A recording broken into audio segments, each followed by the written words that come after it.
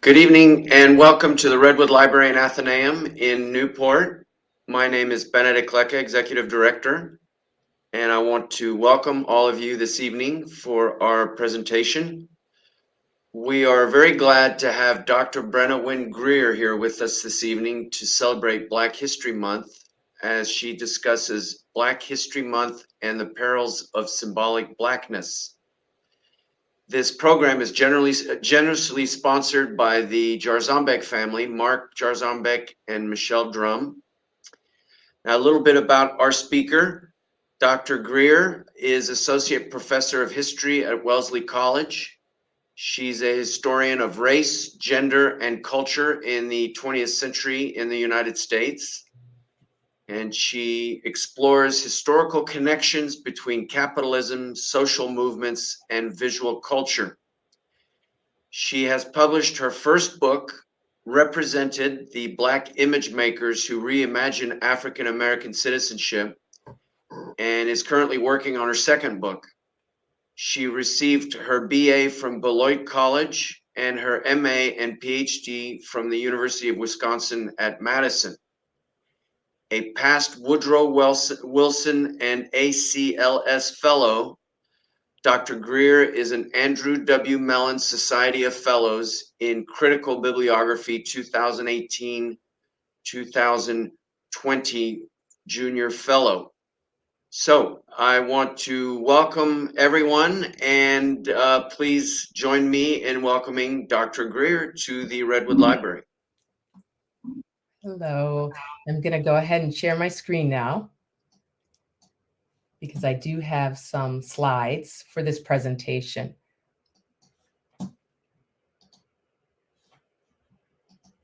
Oops.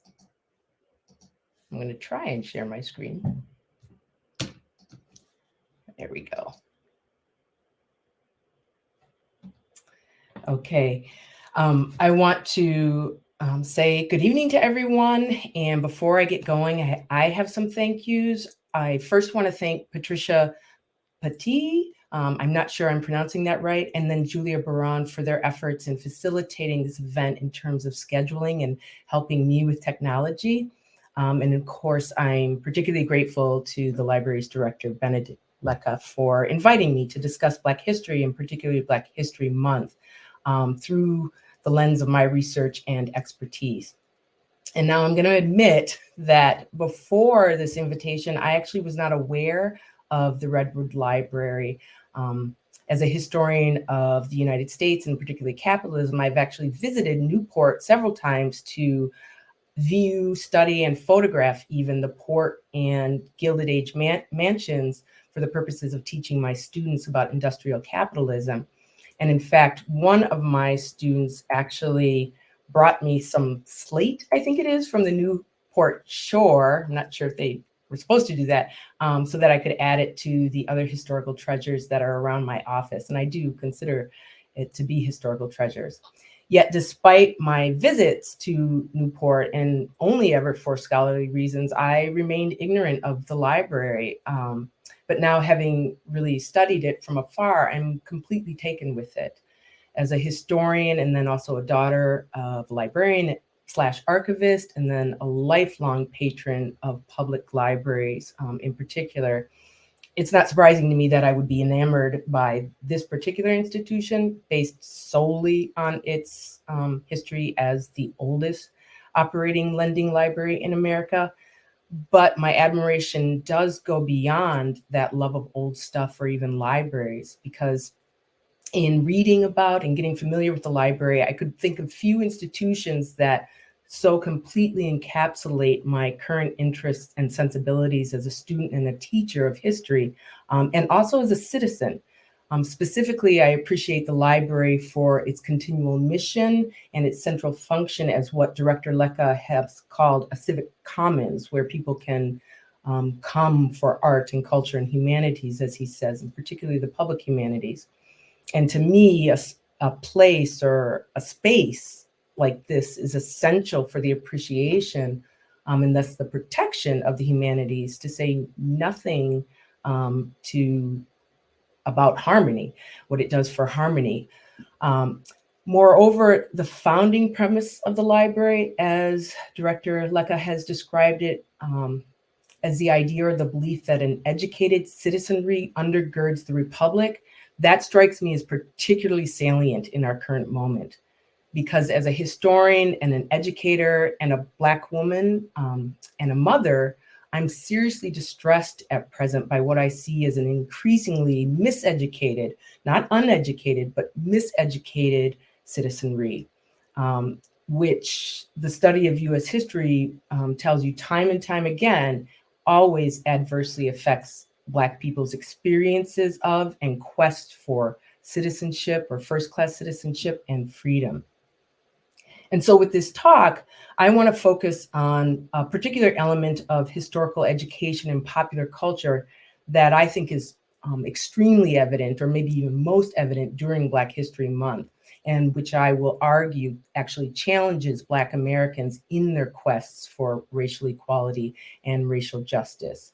And by that, I mean the concept or the term symbolic blackness is what I use. And so before I go any further, I want to explain what I mean by symbolic blackness.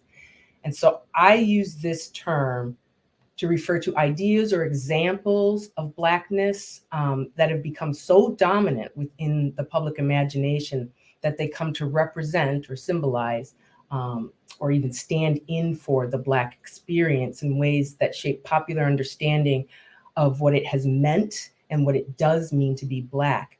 And more importantly, or problematically, even what the right way to be Black is. And in the United States, I think there's probably no greater example of symbolic Blackness than Martin Luther King Jr. in his iconic form, which I should be clear is distinct from who King was as an actual person or activist. And so going forward, I'm going to use Dr. King as a case study of sorts to illustrate, as my title says, the perils of symbolic Blackness. Now, because I never assume what my audience knows, I'm going to very briefly provide some info on Dr. King that is relevant to my purposes here. And so I'll begin by giving you this picture of King that was taken on Monday, December 5th, 1955. And that was the day that King was elected as president of the newly formed Montgomery Improvement Association, or the MIA. And the MIA was the organization that Blacks in Montgomery formed to represent and operate the Montgomery bus boycott. And as I'm sure many of you know, they launched their boycott, or that boycott, in response to the arrest of Rosa Parks the week prior for refusing to relinquish her seat to a white man on a segregated bus in Montgomery, Alabama. Now, at the time, King was a newcomer to Montgomery. He had just accepted the pastorship of Dexter Avenue Baptist Church in Montgomery the year before. And in fact, it's reported that it was his newcomer status that compelled fellow ministers and civil rights or local civil rights leaders to elect him to head the MIA, because they figured that he was not yet indebted to any white city officials. And maybe more to the point, at only 26 years old, which I think he looks every bit of right here, and only 26 years old, he was perhaps naive enough not to know what he would be in for by taking this role. And so as president of the MIA, he became the public face of the Montgomery bus boycott, acting as a spokesperson for Montgomery Blacks and their protest. And in teaching or talking about this period or this aspect of the civil rights movement, I found that a lot of people think that the bus boycott was a dramatic but quick protest. But in fact, it was an arduous and meticulously organized mass action that lasted 381 days, so over a year. And it involved carpools, fundraisers, meetings, marches, arrests, trials, and of course, lots and lots of walking. And as it ultimately resulted in the desegregation of public transportation throughout the nation, the Montgomery bus boycott remains one of the most, if not the most, successful social movements in the history of the United States. And throughout it, Martin Luther King Jr. was front and center. which led to his becoming widely recognized as the leader of the bus boycott, which he was not, but that's another story for another time or for Q&A. I'm happy to talk about that. But his role as the assumed leader brought him national and also global attention. Now, after the Montgomery bus boycott, King was or became the actual leader, along with others, for numerous integration efforts throughout the South, efforts that ultimately culminated in the Civil Rights Act of 1964 and the Voting Rights Act of 1965. And so within the popular civil rights story, passage of that legislation in particular is typically seen as the pinnacle and the major successes of the civil rights movement. And you can see here on this slide the events leading up to that moment. And then there's a lot less attention paid to events after that moment, up until when Martin Luther King is assassinated in 1968. But given his importance within the history of Black Americans' freedom struggle, it's entirely fitting that we celebrate Dr. King as a Black historical figure, especially during Black History Month. But that said, it's only fair that I tell you that despite being an African American historian who specializes in African American history, or when I think about it, it's probably more precisely because of that, I'm actually not a big fan of Black History Month. And some of that has to do with how much and the way that we focus on King. I'm not a big fan of Black History Month as it is, but not necessarily as it should be, because I think we typically observe, or I think this is a time we typically observe a chosen few. The media, museums, libraries, schools, from preschool through college, reserve Black History Month for looking at a particular group that represent what is considered the best of Blackness. And with best, I mean the most courageous, the most noble, the most respectable, the most successful. So in other words, Black History Month is then a veritable extravaganza of symbolic Blackness. And if you should need convincing of that, you can do a Google image search of the term Black History Month, which I did yesterday. I do this every year, actually. And as you can see by this collage I made of some of the results, that search returns essentially the same cast of characters over and over again and grouped together over and over again.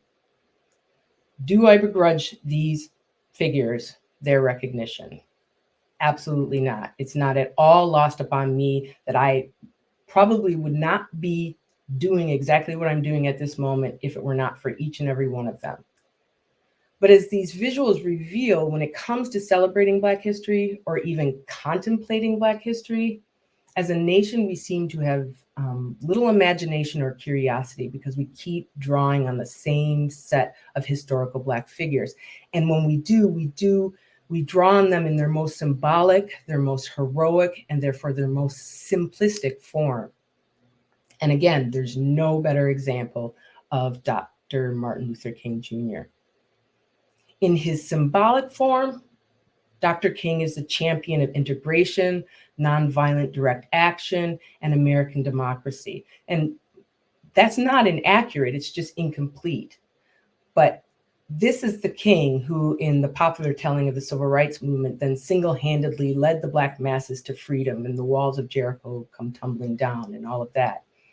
And so this is I Have a Dream King, who in his most famous speech declared that his dream was deeply rooted in the American dream, and in his dream, his children would not be judged by the color of their skin, but by the content of their character. This is the King that we embrace as a nation. This is the King that we teach our children about. And this is the King, I would argue, that Martin Luther King Day is most often intended to celebrate. So this is the King that I refer to as Black History Month King. Now, as a symbolic Black figure, Black History Month King is one-dimensional. And it's a one-dimensional figure that's central to neat and tidy histories about good Americans prevailing over bad racists. Now, this mythic king or symbolic king is not alone in his symbolic blackness. Not at all. In fact, we do this to most of our historical Black figures, especially during Black History Month. In fact, I find that Black History Month often operates as a mill that grinds Black people of the past down flat into ideas that are easier to understand and, more importantly, easier to co-opt for all manner of agendas. And so that helps explain why people of all races and politics, progressives, conservatives, allies to people of color, and people who consider themselves allies to people of color, and even white supremacists can and do evoke the symbolic Dr. King when advancing their politics. And here's where we start to get a sense of the perils of symbolic blackness.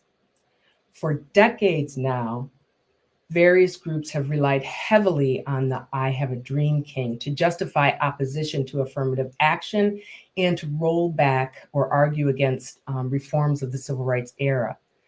Specifically, they point to King's statement about content of character versus color of skin. And they do that to claim, or they do that in a way that makes it such that any attention to people's race as a factor in their success or their condition, rather than their actions or morality, is in fact racist. And of course, this the mistake they're making here is to equate color and race, which is a common error that often leads to cringeworthy statements like, I'm colorblind, I don't see race. But to evoke the iconic I Have a Dream King, that allows for the concept of reverse racism. And it frustrates any attempts to identify, let alone dismantle, structural racism by pointing to or highlighting individuals and their acts of racism.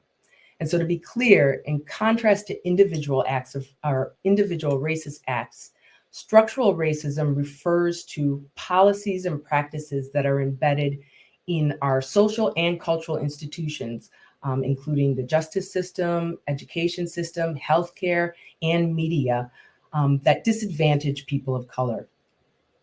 Now, contrary to what the popular narrative suggests, Martin Luther King Jr., the activist, not the icon, viewed racism in structural terms. Throughout the civil rights era, actually, he increasingly pointed to how race and class intersected to disadvantage Black people in America, keeping them poorer, less educated, underemployed, more imprisoned, and disenfranchised. And you can see the quote here: call it democracy or call it democratic socialism, but there must be a better distribution of wealth within this country. That's King saying that in 1965, and something that we're continuing to hear, and hear actually probably more and more in our current moment. And so, acting out of this place in 1967, that's when King organized the Poor People's Campaign, which called explicitly for economic justice. And then at the time of his assassination in 1968, he was on the ground in Memphis, Tennessee, supporting Black sanitation workers in their strike for better wages and safer working conditions. And in the later years of his short life, King also increasingly considered Black freedom in terms of human rights, instead of the legal metric of civil rights attached to US citizenship. And his focus on human rights then inspired, or actually required, a global perspective. And he began to think and speak of the experience of Blacks in the United States in relationship to the experiences of Black and marginalized populations all over the world. And then this, right, is when he stepped out of bounds, politically speaking and symbolically speaking. You can see here his quote: all over the globe, men are revolting against old systems of exploitation and oppression. We in the West must support these revolutions. Now, when he was focused on civil rights and integration, or when we focus on the King that was focused on civil rights and integration, King was heralding American democracy, which in his I Have a Dream speech, he speaks about metaphorically as the bank that issued the promissory note that guaranteed the payout of, quote, equality and freedom to Black Americans. But his pivot to global matters in the later 60s led him to speak out against American militarism and imperialism. Specifically, he became a vocal, and as you can see here, a visible opponent of the Vietnam War. And this was at exactly the same time that national leaders, including most notably the president, Lyndon B. Johnson, were promoting the war as noble, necessary, and winnable in the fight against communism. So in this Cold War context, King's criticism of capitalism and his opposition to the Vietnam War made him unpopular among US officials, which is probably not surprising. But it also made him unpopular among many civil rights activists, including many of his fellow civil rights activists. And so this king was a troublemaker, both on the ground and in terms of our popular narrative. And so he was sidelined as an activist, and he's been pushed into the shadows as a historical referent.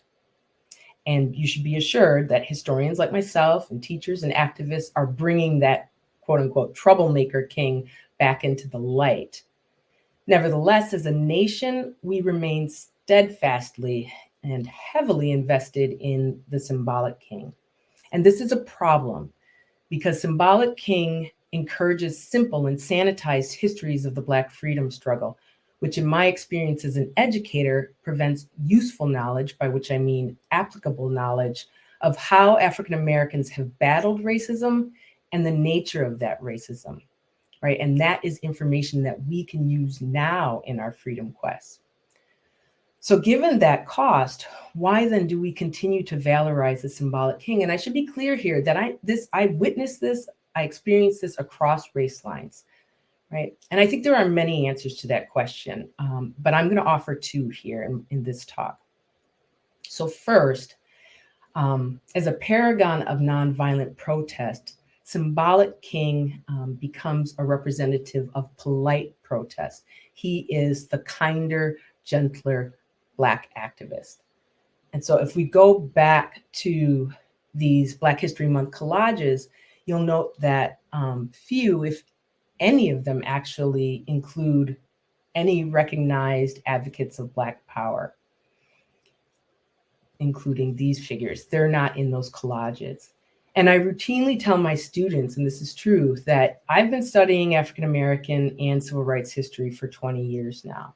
And in my entire formal education, including high school, college, and graduate studies in an African American studies program, I never once received a lesson on Malcolm X, the Black Panthers, or Black Power, which has affected my ability to teach those subjects since. When it comes to narratives of the Black freedom struggle, from my view, the story of nonviolent civil rights protest continues to reign supreme. And again, this is a problem when it comes to anti-racism efforts now. Because for one, a focus on the nonviolent civil rights movement keeps us from exploring the struggle after the civil rights era, which then keeps us from understanding or recognizing what forms racism took after the civil rights era, including the government's assault on advocates of Black power, most particularly the Black Panther Party, which were the first nationally recognized and organized resistance against police brutality. Including the conservative backlash against civil rights reforms of the 1960s, and then the implementation of laws that have resulted in the mass incarceration of Black and brown people from the 1970s forward. And then, of course, the continuous and very current effort to chip away at voting rights among poor people and people of color. And so this is the peril of symbolic blackness, because histories that exclude the after civil rights story of the Black freedom struggle allow for the denial of the structural racism that's impacting Black Americans in the here and now, and not just Black Americans, right? People of color generally. And the Symbolic King, he's at the center of these narratives. He props up those narratives in which the civil rights movement achieved racial equality and elevated Black Americans from second-class citizenship to first-class citizenship. And I think that this narrative is or this narrative of progress is best represented in images that proliferated when Barack Obama was running for and then became the first Black president of the United States. And I'll just allow you to take in this collage, which is of images that are associating Barack Obama with Martin Luther King, and actually even positioning Barack Obama as realization of King's dream. My favorite among these images is this image, which I'll allow you to take in. So to my eye, what's happening here is a really special kind of collapsing of history that suggests that the history of race and racism in the United States has been one of linear progress. And again, skips that entire 1970s through the 21st century period, right? And this has allowed for the notion that notions that we're further along than we actually are. And this leads to my second explanation for our national embrace of the symbolic king, which is that, simply put, as a nation, he makes us feel good about ourselves. The historian Nikhil Singh has argued about the mythic king, or what I'm calling the symbolic king, that he allows Americans not only to celebrate their progress into a more inclusive and tolerant people, right, realizing the principles of American democracy, but he also allows us to tell ourselves that that is who we always were. And it's this perception of our history that allowed for what I think was the ridiculous notion that with Obama's election, we had entered a post-racial society, when in actuality, the minute that Obama entered the White House, hate crimes against Black, brown, and Jewish people ticked up. And those picked up real steam when Donald Trump became president, with immigrants and Asians also becoming frequent targets of racist and nativist attacks. But the symbolic blackness of Barack Obama had piled onto the symbolic blackness of Martin Luther King Jr., and that kept alive a preferred national narrative in which racists are aberrant and American democracy is and always has been intolerant of, and indeed antithetical to, inequality. But events of the last 2 years exploded that narrative. At least they should have exploded that narrative, I should say. And these events included the coronavirus pandemic, which clearly illuminated the economic, political, and racial inequality of poor people and people of color, and also exacerbated that inequality. Then there was a surge in the epidemic that historian Keeanga Yamada Taylor has identified as, quote, cops' simple inability to stop killing Black people. And I think most notably here, the George Floyd incident brought racial unrest and attention to racial justice or injustice. Then there's opposition to the presidential election that happened in November of 2020. And then most spectacularly following that, an insurrection in which a mob of disaffected, disillusioned, anti-democratic, and decidedly not peaceful protesters took over the Capitol building in an effort to stop certification of electoral votes that had determined Joe Biden's victory over Donald Trump. Now, in the aftermath of the January 6th insurrection, many referenced actually the 1814 breach of the Capitol during the War of 1812. But the difference here being that in that incident, it was the British that were doing the breaching, right? An external enemy force. It was not, as in the January 6th case, the nation's own citizens violently rebelling against their own government. And so for me, as a historian of race in the United States and African-American history, the events of January 6th actually immediately brought to mind for me the 1898 insurrection in Wilmington, North Carolina, during which a white mob that was organized, riled up, and led by prominent political figures took over the democratically elected local government of white and Black Republicans. And in the process, they burned Black businesses and property and killed dozens, and some reports say hundreds, of Black people. This is the only successful coup d'etat in US history. And as such, the Wilmington insurrection of 1898 was a white supremacist action carried out by members of the former slave-holding class who feared that they were losing their grip on power. And I want you to understand that I'm not tagging them as white supremacists. They proudly identified as such. And from my view, the January 6th insurrection was also rooted in and fueled by white supremacy, or at the very least, some serious white angst. And I'm not alone in this perception, and there's certainly evidence to support it, right? You'll remember perhaps seeing images of that day, of events and people surrounding the Capitol. There's another image of people in the Capitol and surrounding the Capitol, right? And you'll notice the prevalence of the Confederate flag there.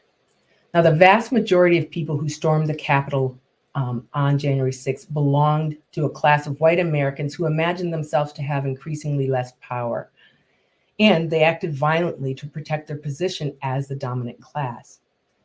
Now, over the last 2 years, politicians, pundits, and a slew of people on my Facebook feed have expressed shock and dismay as they try to reconcile with the breadth and the depth and the extremism of racial inequality and racial hatred that persists in the 21st century United States.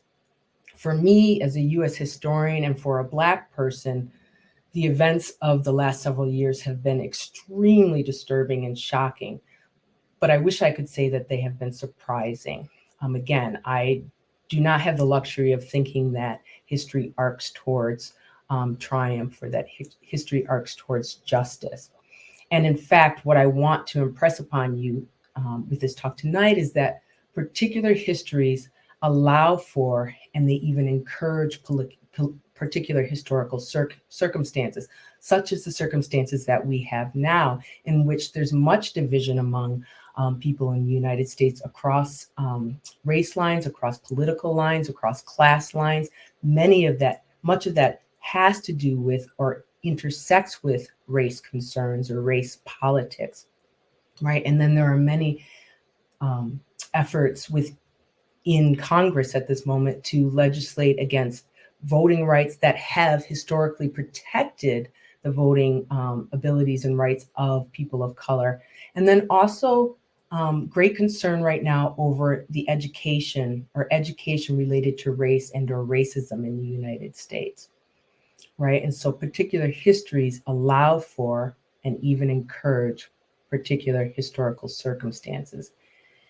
And what I want to or hope to have convinced you with by using the example of the Symbolic King, but I should be very clear, we do this again, as I said, with Rosa Parks, with Harriet Tubman, with Sojourner Truth, even with Malcolm X to a degree, where he becomes the polar or the foil to these good Black activists. We boil them down to these simplistic figures. And as I've tried to show you, our collective and continual glorification of these figures, and again, in their most heroic and simplistic and sanitized forms, props up historical narratives about race and racism in this country that, while comforting and inspiring, and they're comforting and inspiring, and I have had many conversations with my father, who is in his 70s, who is attached to these figures in some of the ways that they circulate popularly. But while inspiring and comforting, the historical narratives built up around symbolic Black figures or symbolic Blackness actually have given cover to structural racism and white supremacy, such that in the 21st century, we find ourselves being surprised by the degree to which that exists. And so from my perspective, I would argue that events of the recent past should make it clear that we continue our investment in symbolic Blackness to our own peril. Thank you. And I'll stop sharing.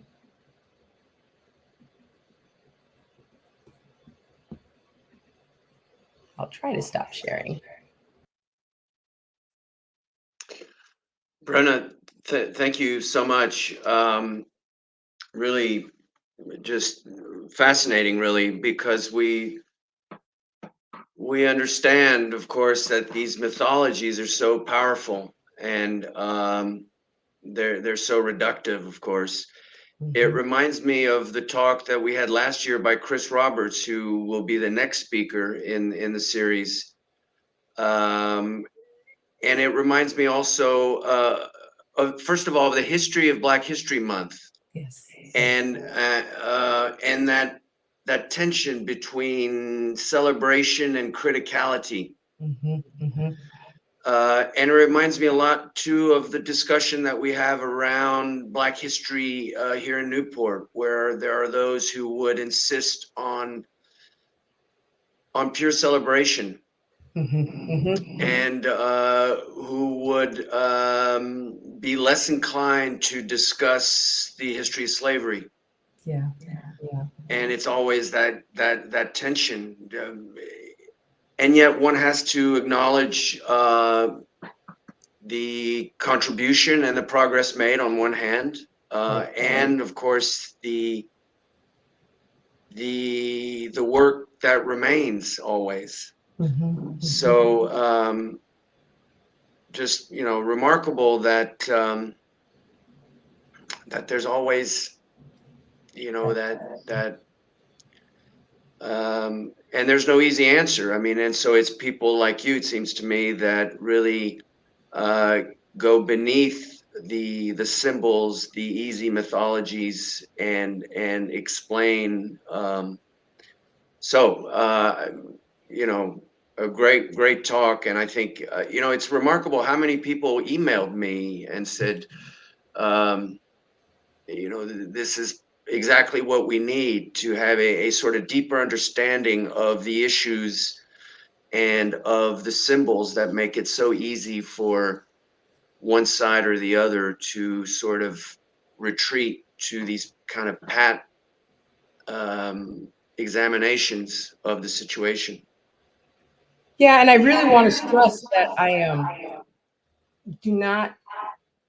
Sometimes when I speak to this, people really think that I'm trying to take something away from the civil rights activists themselves. And my argument is that no, we're doing that by continuing to circulate in these simplistic figures. Whereas if you actually really, study any of the people that I mentioned or were, visible through any of the collages in the presentation, if you study them, one, you figure out they're human, right? And messy. And I think that's much more useful for the rest of us who think, on our best day, we wouldn't come anywhere near, the courageousness or the talent or the ideas of these figures in the way that they're presented to us. So then they become stumbling blocks, right? They become, people that we admire, but people that we don't know how to follow. And so I think, that's something that became, because I was definitely a devotee of these symbolic figures, partly because I wasn't given anything else, even as a young Black girl or a Black woman. But in teaching, I found that they really hamper my students' ability. I found that my students, whatever their race, were really having a hard time conceiving of Black people in the past in any ways that were complicated. And it became clear that they kind of just had this set of paper dolls, Black people, that they were drawing from. And if any of the historical Black actors that we talked about strayed from those forms, it became really difficult for them to grab hold of them. And so then I really wanted to figure out, why are we invested in who's making the symbolic? And it's all of us, right? It's a collective effort, a collective national effort in terms of, and some of it's just we like inspiring stories, right? Some of it I think is a lot more intentional in ways that serve agendas that are not anti-racist in any way. But I think, to your point, the desire to celebrate is oftentimes a a fear of what will happen if we acknowledge other things. It's also, people need to get comfortable with introspection and self-critique and critique. When I hear say, well, they hate America. Yeah. Well, they're trying to perfect it, to make it better still. And so it's interesting how the refusal to look not negatively but critically Right. is that's something that we have a question from Shirley Lally. Dr. Greer, what do you think of the 1619 project, said to be the most complete compilation of the history of Blacks in this country, past and present? Because of course that project has had a lot of controversy. Well, one, I just think in terms, as a historian, I just appreciate the research of the project and the narratives that it brings to the fore. And precisely because of its controversy, certainly, or the controversy that it sparked, many people read histories that they wouldn't have otherwise. That doesn't mean everyone who read it accepted it. And I would argue that a lot of people who opposed that project probably haven't read it, because I really do. Then I want to pick up on the distinction that you made between being critical and being negative, right? And my students and I talk often about why we start, or why their education coming up through elementary school started in 1620 with the Mayflower and not in 1619 or not in 1607 in Jamestown, and what accounts for that. But I am often saying to them, the goal here is not to come away looking at the United States as being, uniquely, negative, or uniquely, or people within the United States as being unique in how they exercise power, not in any way. The goal is trying to look at the past to figure out where we are in the moment, so that any one of us is equipped to be able to change our circumstances to the degree that we see fit.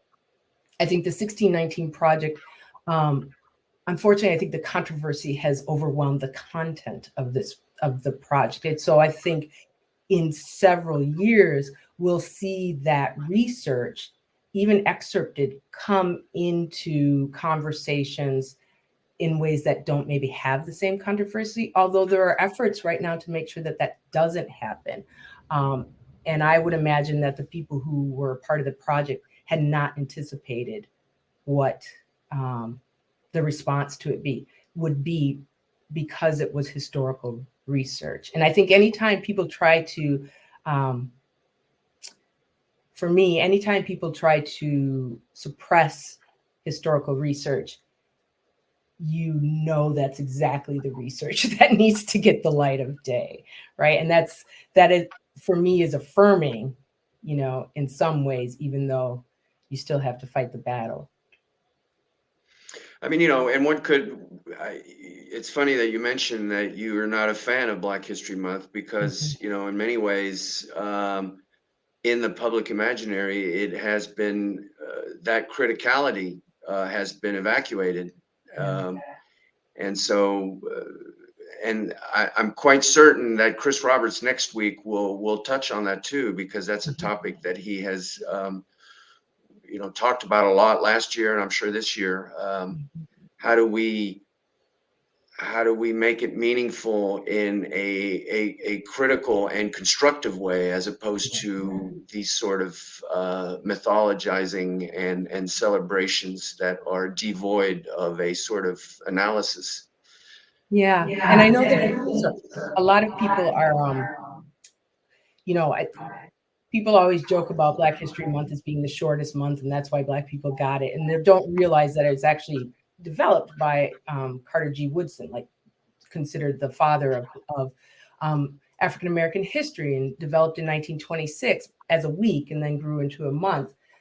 But what a lot of African-Americans now and African-American scholars are dismayed by is how the commodification of this month, or elements of this month, which is also something that you have to really kind of battle in terms of trying to get critical or complex stories.